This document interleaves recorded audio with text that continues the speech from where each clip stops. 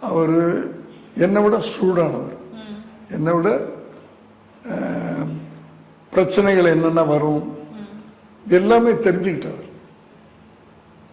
இப்போ சினிமாவில் இருந்த வரைக்கும் நம்ம ஒரு 10 வருஷம் தானே கூட இருக்கோம். அதுக்கப்புறம் தானே டிசைட் பண்ண ஆரம்பிச்சிட்டார்ல. தானே டிசைட் பண்ணி தானே முடிவு எடுத்து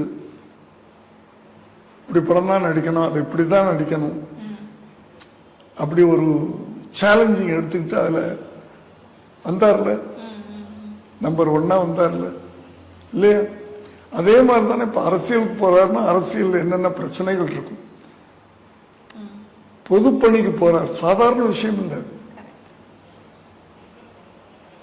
இல்லையா? சினிமா வந்து ஆற்றுல நீந்துற மாதிரி, அது கடலில் நீந்துற மாதிரி இல்லையா? அதில் என்னென்ன பிரச்சனைகள் வரும், என்ன எதிர்ப்புகள் வரும், என்னென்ன கமெண்ட்ஸ் வரும், என்ன கேலி கிண்டல் வரும், இதெல்லாம் அடிச்சுட்டு வரணும்ல. தெரியும்ல, அவருக்கு இவ்வளவும் இருக்குன்னு தெரியும்ல.